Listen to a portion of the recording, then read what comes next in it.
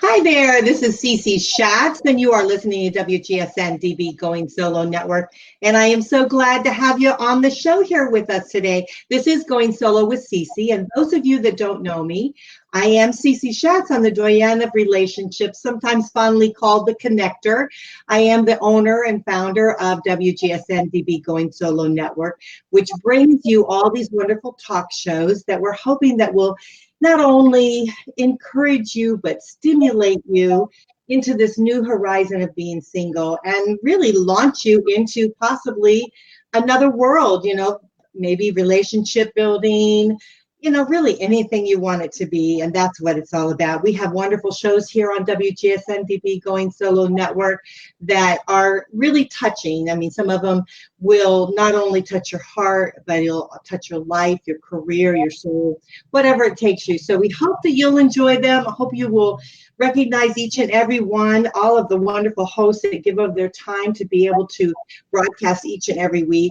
So if you ever, just write a comment or send anything, you can reach me at goingsolo network@gmail.com, or anytime you want to. We're all over Facebook, so you're welcome to contact us that way. But we've got this great show, so I do not want to delay it any further. We have a wonderful guest on tonight. Her name is Meredith Shirey, if I'm saying it right. If I'm not, she'll correct me. But she is the founder and the practicing director of the Family and Relationship Counselor, Marriage Family Therapy. She's located in New York and New York City.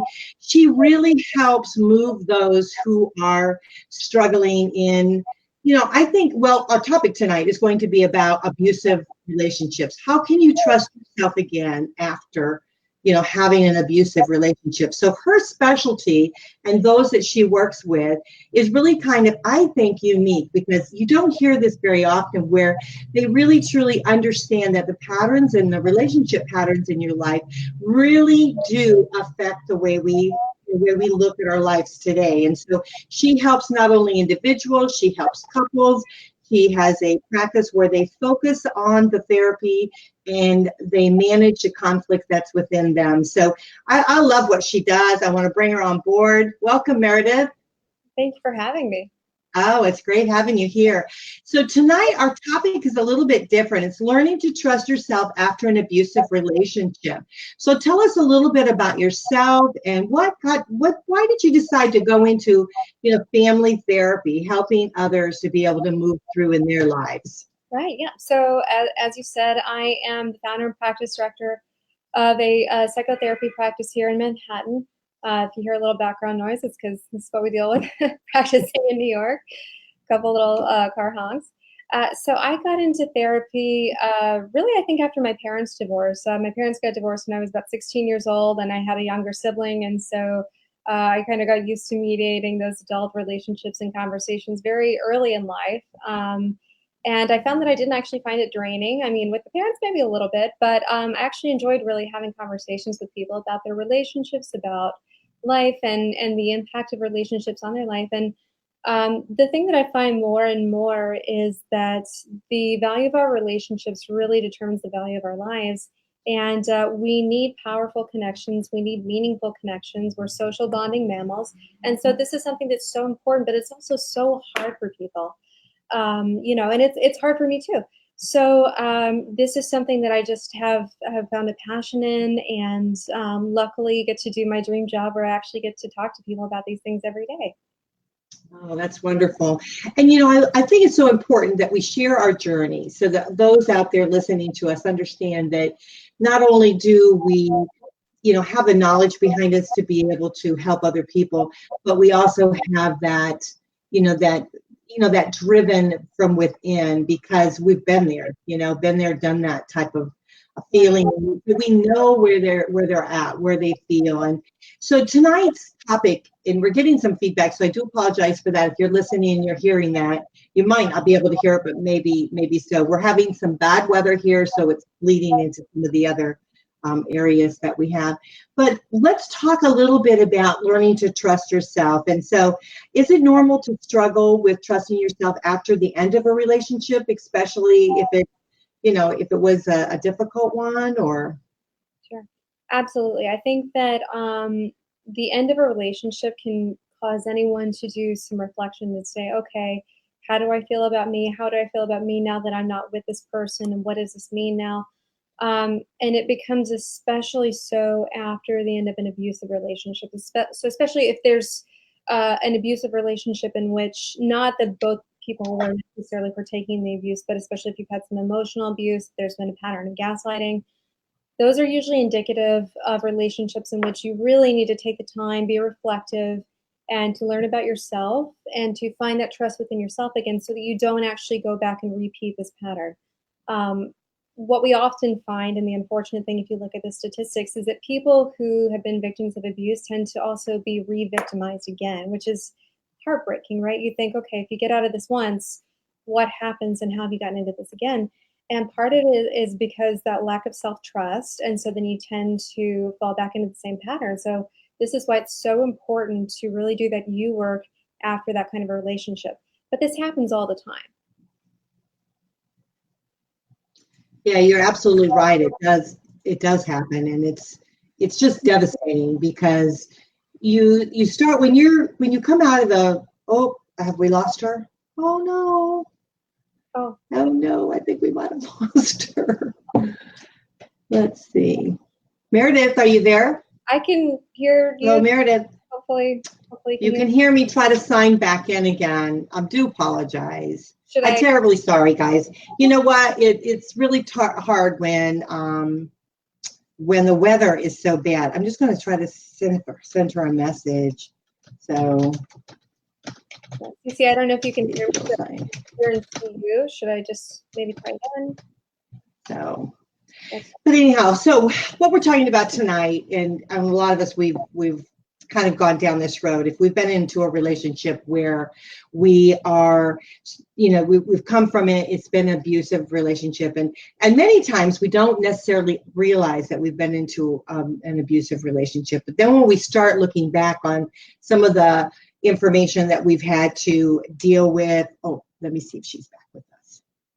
It's hard. Let's see. Here she comes. I'm hoping. Let's see. Okay. We're back. Yay. But we were talking about, and I'm kind of trying to figure out how to get you back on here, but we were talking about, how difficult it is in an abusive relationship. And sometimes you don't even realize you're in an abusive relationship because, you've been in it for so long, you almost get accustomed to it, don't you? Right, absolutely. And that's part of what makes it so hard for people who've been in long-term abusive relationships to get out of it, is because that being victimized has become so much part of their everyday, and even some of the terms that they use part of their vernacular, that it's so hard to break out of. And what happens a lot of times is they'll end up coming into individual therapy, and because they're feeling isolated, because they're saying, I don't have friends and family around anymore. And then once you peel back the layers of it, you realize it might be because of this relationship you're in.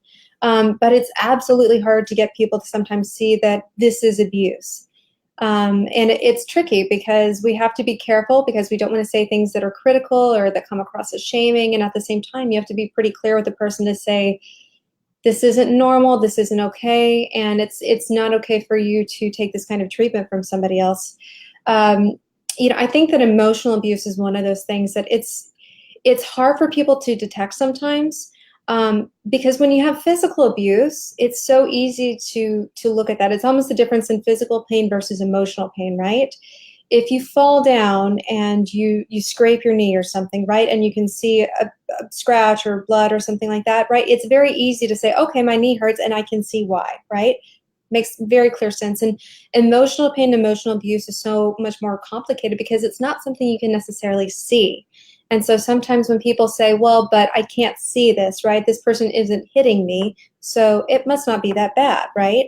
And it can get really, really convoluted quickly, and especially if you have an abuser who's very manipulative and has gotten very good at knowing their victims' vulnerabilities and those weak spots, and the things that they can kind of hone in on, right? The things that if they know they bring this up, that person's just going to crumble. And unfortunately, a lot of times those abusers have gotten so good at that and know this so well that the second they detect trouble, right, that maybe this person's onto them now, they'll know where to go in their toolbox to bring up the things to hurt them. Yeah, talking about that, it makes me think about trust, because, when we're in a relationship, at the beginning, of course, we trust tremendously. Our hearts are open, our minds are open. We trust everything that they do. And we don't necessarily realize what's happening to us until, maybe that light bulb would come on. And then we start questioning all about us, everything around us. We start questioning the people that are around us, our relationships. We start questioning ourselves, and so how can you detect if you know someone's going through this kind of thing, when they're starting to doubt themselves, have a lot of lack of self-trust? How can you detect that? Right. So what I would caution people is, if you're seeing this either in yourself or the way that you might see this show up in a friend or a family member, somebody like that, is someone who's gotten out of this relationship and you're like, oh, thank God. And then they immediately want to get into another one, right? Or they're too quick to trust somebody else, right, can actually be an indicator that they don't trust themselves so much. So something I like to tell people is trust, real intimate trust, should be earned, not just given, right?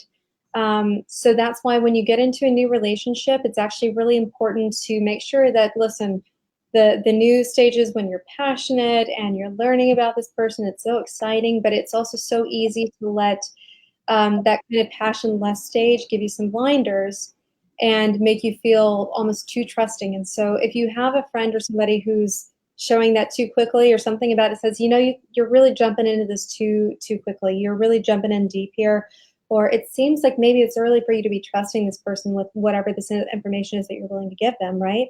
That could be a point of caution or a red flag, but also in yourself, right?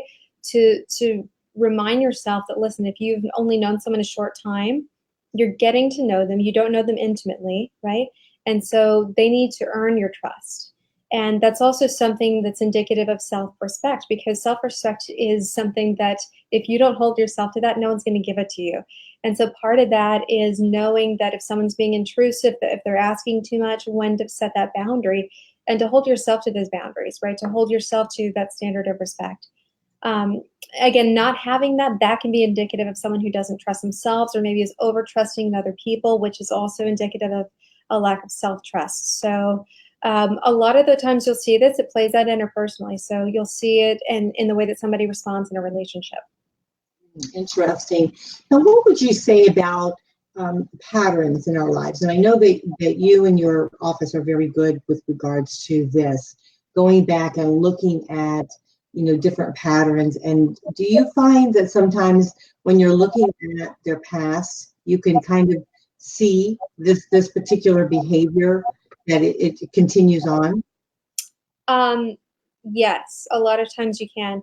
I think that it's funny because when people come into therapy, sometimes you'll get people who want to talk all about their past, and you have other people who are like, nope, we're staying away from childhood stuff. But the way that you are loved is the blueprint for how you're going to love as an adult. And so it's so important to go back and look at that. How did your caregivers respond to you when you were hurt, when you were fearful, when you were angry, right? How did they show you love? How did you experience love? Because what happens is a lot of times we just tend to replicate more of the same, even if we don't realize we're consciously doing it.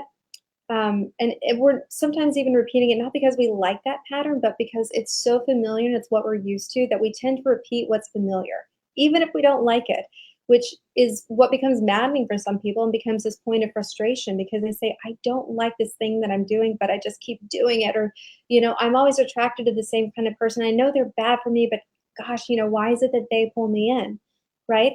And a lot of times we have to look at our past. We have to look at, again, how we were loved by our parents, by our caregivers, by those early relationships, and what were the things that we internalized? What were the messages we internalized about ourselves, about the other, about how we're supposed to respond, right? If someone treats you disrespectfully, are you supposed to take it? Are you supposed to stand up for yourself? So those are some of the things, just again, very broadly, that we look at. One of the theories that's been catching on quite a bit, and so luckily it's information about this is pretty readily available, is attachment theory, because this is what allows you to look at that. And it allows you to look at, okay, This is how I was loved growing up. And so now this makes my pattern in dating and finding relationships actually make a lot of sense.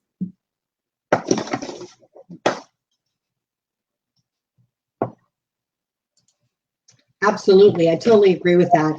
You know, the attachment theory, I've been hearing more and more about this. And so I just recently had another show on, and we were talking about that.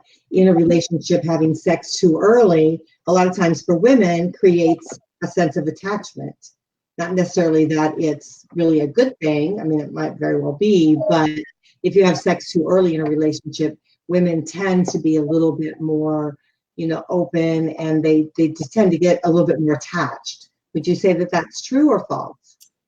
I think it's very dependent on the person, because men can fall into this as well. I think one of the interesting things about sex and attachment, a lot of times it's indicative of also trust too, right? So for women, sex is something it's not only very personal, but it's the most vulnerable we can make ourselves, right? We're allowing someone into our bodies. And so that requires a level of trust, right? Especially if it's sex that's consensual, and then you want it to be pleasurable, that requires a great deal of trust in this other person. And so I think that that's where that attachment piece can come in a bit, is, are we trusting too soon, right? Are we trying to create intimacy where it doesn't necessarily exist yet, right? And that could be indicative of someone maybe who has a bit more of an anxious, ambivalent attachment style, right? They might be someone who's looking so hard for that relationship that, again, they're kind of creating this intimacy or this trust where maybe it doesn't quite fit just yet. Again, trust should be earned, not given. And that's why it's important to know how you feel about sex, and maybe some of the things that you attach to it, right? Do you have sex because you're looking for validation? Do you have sex because you're looking for physical connection? Do you look for it, for something else, right? Those are things to really look at, and to take a look at with yourself reflectively, to say, okay, what am I getting out of this, and what do I want out of this, right? If this is something where I have sex because I want a connection with somebody, maybe it's important then to wait to have sex, because, again, you need to know this person pretty well to know if it's actually someone that you should have a connection with in that way. Does that answer your question? Oh, yeah, absolutely. I totally agree with that, because I think that, again, when we are putting ourselves out there, we are giving trust maybe when we shouldn't, and so often I think that's when we get hurt, is when we've given someone our trust and then realize that we maybe shouldn't have done that. So with saying that, how do you ease into, can you give us some tips to easing ourselves into trusting someone when we're starting to step out of a relationship loss, making the transition into dating and building relationships with people? How would we go about doing that? I think one of the important things to do when you are maybe newly into dating again is to make sure to check in with you, right? Check in with your friends and family. I think that's important, but don't rely solely on their advice, right? Again, that's indicative of a lack of self-trust. But part of knowing yourself and being able to kind of check in with your own feelings. Not that you're necessarily going to let those things take over, because sometimes, if we have a more anxious reaction to relationships, it would be very, very easy to let that anxiety drive things and maybe actually drive the other person away. And we don't want that, right? But it is very important for you to be honest with yourself about how you feel about you, right? So how do you feel about you when you're next to this person? Does this bring out a side of you that makes you happy with yourself? Do you leave and you wonder about how you showed up? Do you feel down on yourself, right? How do you feel about you when you are next to this person? Now, one of the other pieces too is not just when you're away from this person. So online dating can be so tricky in this regard. You need to have that face-to-face time with somebody, and nothing will ever replace that, because chemistry is such a fickle thing that unless you're next to somebody, you don't know if you actually have that or not. So not building that trust and intimacy based on a text conversation where you've never actually met the person, right? But when you are next to this person in person, sitting beside them, how do you feel about you? Check in with you. Do I feel anxious? Do I feel nervous? Do I feel happy? Do I feel trusting? Do I feel content? Right? What are the things that I can say I feel about me in my own body as I'm next to this person, right? And then use that time when you're then in between meeting them to be reflective of what that means, and then how do you want to feel next to this person, right? And then go from there. So it's one of those things where the first part is just being really, really attuned with yourself. And that can be scary for people. You know, as you're talking, I come to think that sometimes we are intuitive ourselves. You know, if we listen, if we slow down, you know, take it a little bit slower, we can really read into someone else about, number one, how they're behaving. You know, we can pick up on some of those, you know, if we're trying to avoid another abusive relationship, we can kind of pick that up a little bit if we slow it down a little bit, don't you think? Oh, absolutely. And this is why, especially if you've been in an abusive relationship, that it is so important to find someone that you trust. If it's not a mental health professional, at least a family or a loved one that you trust very intimately, who you can talk to about these things, so that you can be clear, so that if you have some blinders on, that they're helping you to see through some of those blind spots when you're with somebody new, so that you don't end up replicating that old pattern, right? But the big thing for people who've been through an abusive relationship is you need to take some time and really reflect on what happened, right? And this is hard for people sometimes, because I think they get caught in this kind of web of shame and thinking, you know, this is my fault, this is my fault. And if I'm looking back, aren't I somehow, you know, telling myself it's my fault? And it's not necessarily true. You have to look back as though you're a historian, right? You know, not as though you're going to change the past, but because you want to know, so that you don't repeat it in the future. And doing that with a lot of self-compassion, not self-criticism, it can be challenging, which is why it's helpful to do it with a mental health professional, because they're going to know how to be better about, again, reframing things so it doesn't feel shaming, doesn't feel critical. Unfortunately, with friends and family members, though they don't intend to, a lot of times their feedback in that regard can come across as a bit blaming or shaming. So mental health professional is ideal, if not someone that you trust intimately, to help you to see some of those blind spots, right? You have to look at that abusive person. What attracted you to this person, right? What were they like in the beginning? I think what happens for a lot of people is they think, well, he didn't show up on the first date with, red horns and flames out of his head. And it's, well, of course not, right? You would have run away screaming if that was the case. And taking a look back at the past and looking at, okay, what happened in those early times, right? What made me think that this was someone that I could trust, right? And not that I'm going to compare every single person in the future to this person, but I need to look at, what was I willing to overlook, and why was I willing to overlook that? Something you had said earlier about being comfortable. And I know that for myself, recently I was dating someone that I kept feeling like there was something familiar about him. And I could never place my finger on it, what it was. There was just something about him. But then as the relationship continued, I could see patterns, as you were saying, patterns in my past relationships. I could start to see those things kind of unfolding again, and thinking, oh my gosh, that's why it felt familiar to me. It's because I was used to that type of behavior. But because I've allowed myself the space of really healing from this last relationship, and I've been divorced now for 10 years. So I've given myself a good span of time, but also not only that, allowing myself to develop relationships with other people, whether it be an intimate relationship or not, but just other people. So I get more of an idea of what a relationship really should be, Right. Absolutely. So I liked what you said about the fact that when you've been in an abusive relationship and then you're into another one and something feels familiar about it, that's a big red flag. Yeah, it really can be. And luckily, if you've done enough insight work and you've done enough self-reflection, and you can identify that point of familiarity, because the thing about it is, initially, sometimes that familiarity feels good, and you can mistake it for connection or for chemistry. And hopefully you're not too far down the line, right? And you're not too deep into this, that you can recognize, okay, you know what, that felt good because it was familiar, not because it was something that was healthy, right? And being able to make that distinction is so important, right? But it sounds like you've really done that work for you to be able to trust yourself and to know the difference, right? And it's okay if you go on, a couple dates with somebody and they don't show their full selves, and you notice there's a little bit, but you're not entirely sure and you need a little time, right? It's not your fault if this person kind of walks into your life, right?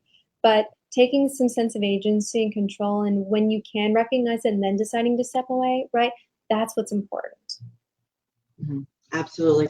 I think also having someone like yourself in their life, someone that they can turn to talk to about certain things and say, well, this happened and I'm not sure if I'm reading it right or whatever, because manipulation is huge. It's a huge trait that someone has, and abusive people normally have this huge trait. And so sometimes you're kind of blindsided by it because they have a way of manipulating things to where you're not really thinking that you're being manipulated. So, unless you really have someone like yourself that can kind of step back and sort it out and say, now, wait a minute, how did you feel about that? Is that truly what you wanted? What the path where you're going in the relationship, is that truly what you want? Because you get, in those type of relationships, you get kind of led into certain things that you may not would have normally chosen for yourself. Am I correct? Oh, absolutely. And that's really what this is about, is when you're in a highly abusive situation, especially if there's a lot of gaslighting, the entire intent of that person is to mislead you and to make you think that you're crazy and that you can't trust your own judgment and that you must then rely on theirs, right? So you must defer to them for everything. So everything that they want, everything that they think is important, right? You lose your sense of self completely. And so then when you come out of that, it would be all too easy to find somebody else who latches onto the fact that, okay, this person doesn't have a sense of identity. That means they're going to kind of, mold into mine. Great, right? That's why it's so easy to get wrapped up in that. And so if you can take the time, work with somebody and say, okay, how can I find me again? I need to get in touch with me. Sometimes that means doing work that's hard, right? Sometimes that means taking a really hard look at yourself and saying, okay, there's some things about me that I realized I don't like, or that I really want to change because I don't want to repeat this, right?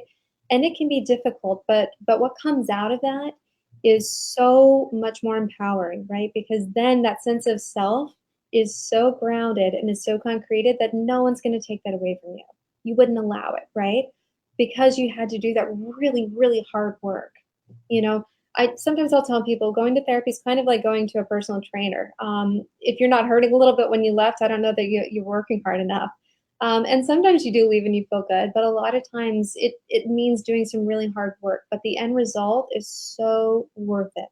But it is hard.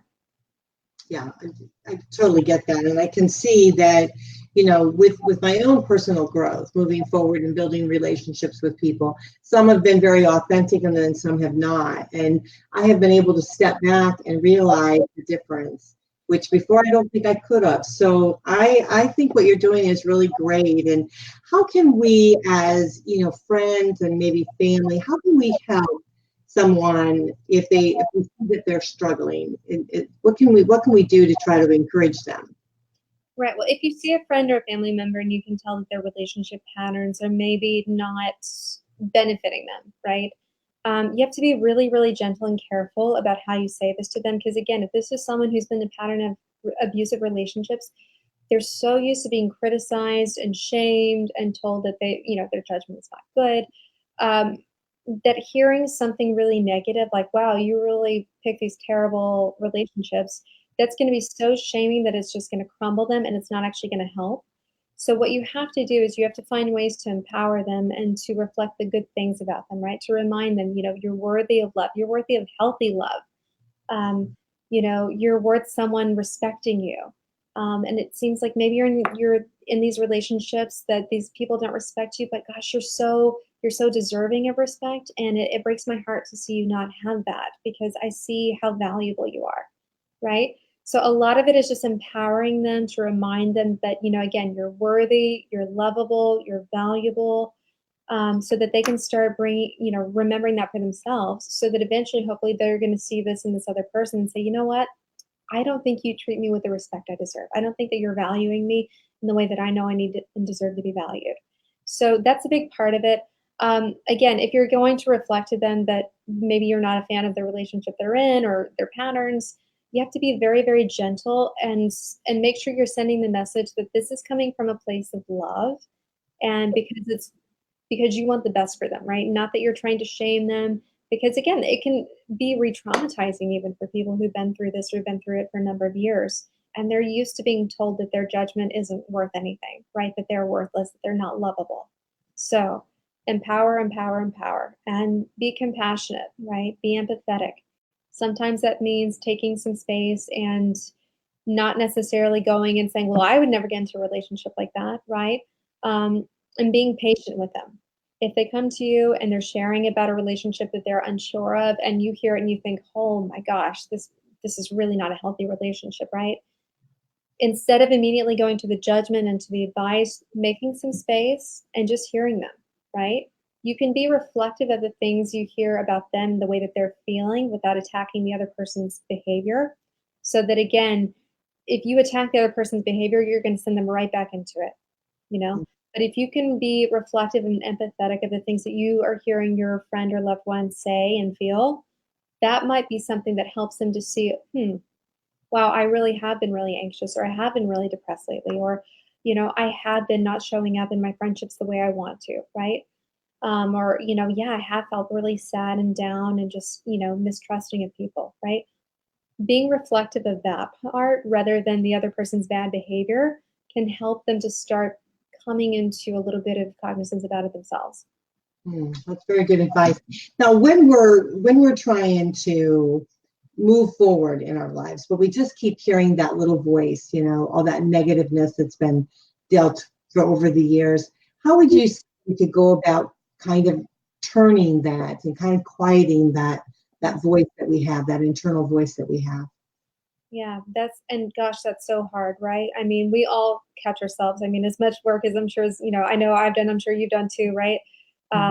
It's so easy to go back and find that voice that wants to tell you everything you're doing wrong. So the first thing you have to do is just be aware of it, hear it when it happens, and catch yourself, right? A lot of times what I'll tell people to do is, notice yourself doing this. I don't necessarily need you to change it, right? Because what you don't want to do is say, oh gosh, I'm being hard on myself again. Why do I keep doing that? And it's for that. It kind of, do it again, yeah. It's louder voice. So I'll say, it's okay. Let's not judge it. Let's just kind of look at it, right? Let's look at it with some curiosity. And then we'll say, okay, whose voice is that, right? This voice that's telling you you're not good enough. Where did you hear this, right? Where did you learn this? And unfortunately, more often than not, they will say, well, a parent, a teacher, somebody in their past, right? Just over and over and over thought they were maybe being helpful, but really sent them the message of not being good enough, not being smart enough, whatever it was, right? And so help them to recognize that voice. Whose voice is that? Is that your voice? Is that someone else's voice, right? Again, this starts really, really early in childhood. So if you think about, if you have a toddler, right? What's the thing you have to tell the toddler the most? No. Exactly, right? And of course, you need to tell this kid no, because it's like, no, I really don't want you sticking this fork in the light socket, right? No, I really wish you wouldn't just run off the edge of this cliff. The no's are necessary, but what happens a lot of times is kids internalize that, and all they hear then is the no, and that becomes their guiding voice. And so we have to be really careful then when we're in adulthood and when we can start choosing our own inner voice to make sure we're cognizant of when that inner voice is not helping us, right? It's not helping us to live up to our values. If that inner voice would be less kind to you than you would be to maybe a friend or a family member, that might be something just to, again, notice it and try to say, okay, is this helping me right now? So many times when I hear clients talk about these things, and I'll say, I hear you and you're so hard on yourself. I can't imagine that if you had a friend sharing this with you, that you would react to your friend the way that you talk to yourself. And they're like, well, no, I wouldn't. Okay. How do you talk to a friend? Tell me how you would encourage a friend. And usually people are so good at being able to offer encouragement and love and kindness to somebody else, but it's so much harder for themselves. And so I'll say, okay, hold on, let's take you out of it for a second then. Bring in that friend who's really encouraging, or be that encouraging friend to somebody else. That tends to be pretty helpful, and people like that. Another exercise that I love doing is what's called inner child work. So what you do is if you can actually identify those times in your life where maybe, again, not parent shaming because they probably were doing the best they could, but let's say that, you can go back to one of those moments when a caretaker, a loved one, somebody said something that just really felt shameful to you, right? That really for you was this turning point, or when you felt alone, when you felt small and unimportant, right? And what you do is you guide them through a visualization in which, you tell them to go back as yourself now and talk to that child, right? Because no one knows what that child needs more than you because you are that child. So going back and comforting that child, and something about that is so cathartic when you have people do that and they say those things out loud and they tell that small child, you're lovable, you're worthy, right? It's okay, you're not alone. And there's something so cathartic about it. It's hard when people do that in session. It's difficult for them. And a lot of times they'll get right up to it and say, I can't do this. And we have to encourage them and say, it's okay, you've got this, I'm right here. But when people can do it, there's so much catharsis in it, right? And it's usually kind of this turning point saying, wow, if I can do this to that inner child, maybe I can do this for myself right now. Mm-hmm. That's wonderful advice. I tell you, it truly is, because those steps that we have to take as we're starting to, number one, learn to trust ourselves, learn to trust other people, and move forward in our lives. They're all difficult steps, but they're all steps that we really do need to take. And so I do appreciate you being on the show. Tell us how we can get a hold of you if we decide that we kind of would like to have, and you use you as a sounding board and being able to connect with you. How can we get a hold of you? Absolutely. So my website is www.relationshipcounselingnyc.com. You can also send an email to the general mailbox. It's info@relationshipcounselingnyc.com. So I run a practice. I've got 5 other psychotherapists who also specialize in a very similar area and have a similar approach to psychotherapy than I do. So if I can't help, I have someone on my team who's wonderful, who absolutely can. And that's kind of our commitment, right? I only bring people on who I would trust sending a friend or a family member to myself. And so they're more than happy to help as well. So like I said, just check out the website, send an email, and we're more than happy to help as we can. Oh, that's wonderful. Yeah, I really do love your approach to it, because I do feel that looking at our past relationships, looking at the past patterns that we have in our lives is truly the answer for us to be able to move forward and understand really more about ourselves. And so often, we say, how do we begin after, especially after maybe a long-term marriage? Somebody's been married for probably a majority of their lives, and then having to start over again, then they feel like they can't really trust themselves in the decisions that they made, because the person that they're divorcing is not who that person was when they first got married. But we must realize that we're not the same people either. So, there again, it's kind of like a catch-22, but it's so important to have someone that we can turn to, that we can talk to about it, that really will put us on the path and kind of, not judge us for it, but allow us to be able to grow and blossom, into building new relationships. So thank you so much. I really appreciate you being on the show. Thank you for having me. That's wonderful. Well, the show went by very quickly, and I just can't believe that we do it so quickly here at Going Solo with Cece. But again, you are listening to WGSN-DB Going Solo Network. If you do want to reach Meredith, please do. I'm going to put her information back up here, her name again, so you guys can get it and write it down.